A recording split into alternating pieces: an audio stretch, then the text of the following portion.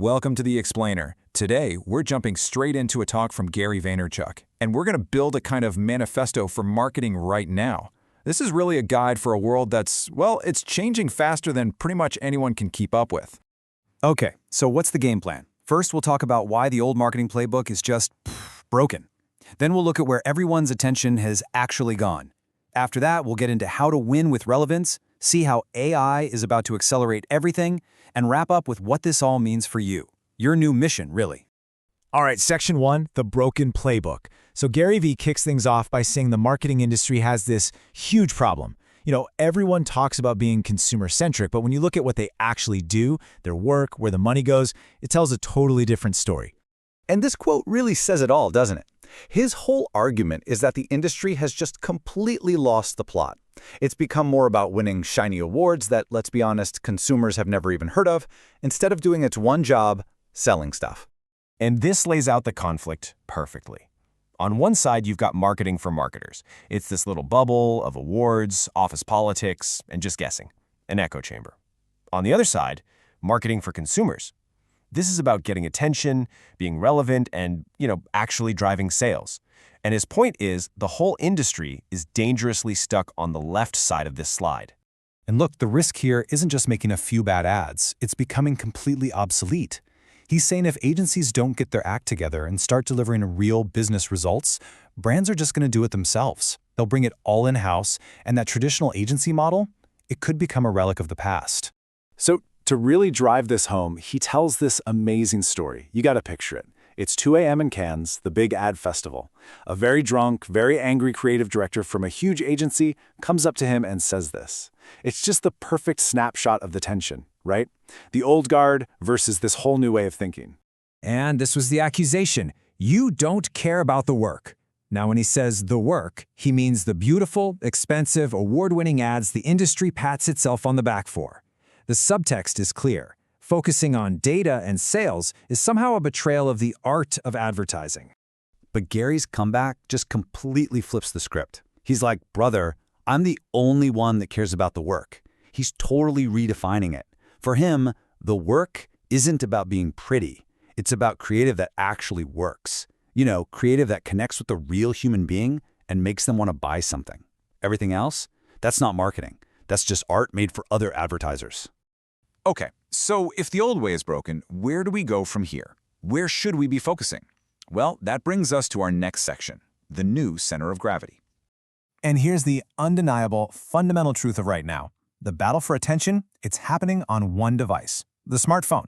That's it. It's where we live, where we connect, where we get our news, our entertainment, and it's where we discover what to buy.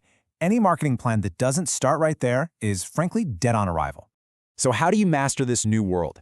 He offers up this really simple but super powerful framework. He calls it PAC. Just think of it as your new checklist for actually being effective in this crazy environment. So let's break it down. It's really 3 simple things. First, platforms. You got to know where to post. Where is your audience actually hanging out?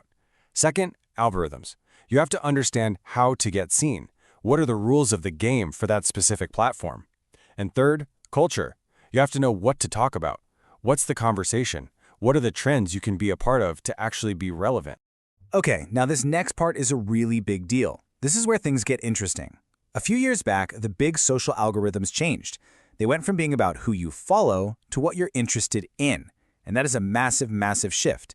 It means your organic reach, the unpaid views you get, is now a brutally honest report card on how good your creative actually is. If people like it, the algorithm rewards you and shows it to more people. If they don't, it just dies. There's really nowhere to hide anymore. So what's the bottom line here? It's huge. For the first time in the history of marketing, we can actually stop guessing. We don't have to sit around a conference table arguing about which ad is better. We don't have to bet the entire budget on one big, expensive idea. We can test it. We can use real-time data from organic reach to see what people actually like before we spend a single dollar to amplify it. Right, but knowing where the attention is, that's only half the battle. Now you got to know how to actually win it. And that brings us to the new playbook for what creative success looks like. Okay, the old way is dead, just gone. This idea of making one big, expensive video for everybody, it's a fantasy. The new way to win is to create lots of content. Dozens of micro videos, each one tailored to a very specific group. It's not about brute force anymore. It's all about relevance. And this is the new definition of craft. The old craft was about perfect lighting, fancy cameras, huge production value. The new craft, it's understanding the algorithms. And he gives this amazing example. You take a standard image post on Facebook. Maybe it gets 8,000 views. You turn that exact same image into a 1-second video, and suddenly it gets 100,000 views. Why? Not because it's better art, but because you're playing by the rules of the platform. That is the craft that actually matters today. So if we're going to do this, it means we have to completely rethink our budgets. That classic 80-20 split where 80% of the money goes to media buys and only 20% to making the actual ads, he says that's over. The future is 50-50. We have to start investing way, way more in actually making all this relevant content. And this quote just nails the new philosophy. For the last 70 years, what was media spend? It was a way to disguise bad creative, to force people to watch stuff they didn't care about. But today, media should be used to amplify good creative. The new model is the exact opposite. Find out what people actually love organically, and then pour gasoline on that fire with your media budget. Okay, so we've got this new playbook, but now a massive wave is about to hit that changes everything. Yep, we're talking about AI, and it's going to change the entire game. Look, AI is not just another buzzword. For marketers, this is a full-blown revolution in production. It's the one thing that will actually make this whole high-volume, high-relevance model a reality. We're talking about making content at a scale, a speed, and a cost that honestly was pure science fiction just a year or two ago. Just to put it in perspective, think about the old way. A single high-end video for a big brand, we're talking $800,000. And it could take 9 months, maybe more, just to produce that one piece of content. Now, get ready for this, the AI way. He's talking about making an hour of video in 19 minutes for $4. This isn't just a small change. This is the complete and utter demolition of the old economics of making creative. And the disruption doesn't stop with just how we make stuff. It's also about who is making it. He put it this way: what the influencers did to celebrities, AI influencers are about to do to influencers. Think about that for a second. And for a brand, the case for this is just insane. Why? Well, for one, there's no brand risk. You have 100% control over what they say and do. 2, you own the IP. It's an asset you're building, not just renting someone else's audience. And 3, you can monetize it. A successful AI influencer could become its own business, basically subsidizing your marketing. It's a total shift from renting influence to owning it. Okay, so theory is great, but what do you actually do with all this? Let's get practical and break down some actionable advice from the talk. So first, for you luxury brands out there, like a Tiffany & Co., the problem is your main Instagram account is treated like it's the Super Bowl. Every post is a huge political battle, and it stifles creativity. The solution?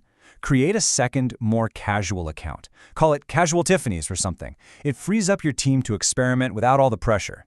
Because the reality check is, there were probably 900 posts about your brand yesterday from other people. You can't control the whole conversation, so stop acting like your one post is the only thing that matters. All right, next, for all you founder-led brands. The advice is simple. You have to be honest with yourself. You can't be half pregnant on this. If you're an operator, a behind-the-scenes person, that's great. Focus on that. Authenticity is key. But if you are that public-facing personality, you have to go all in. Start a weekly podcast. And here's a great strategy. Go on a bunch of small podcasts. It's great practice, it generates a ton of content clips for you, and it builds real goodwill in your community. And finally, for my B2B marketers, listen up. He says LinkedIn is the most underrated social network, period. And B2B influencer marketing is the next massive, completely untapped gold mine. The money is coming. The people who have big, engaged audiences on LinkedIn and Twitter are about to get huge paychecks from brands. So where do you find them? Go look up book authors on Amazon. Check the top business podcast charts. Do the manual work, find them, and start building relationships now. The gold rush is about to start. So, at the end of the day, it all boils down to this one question.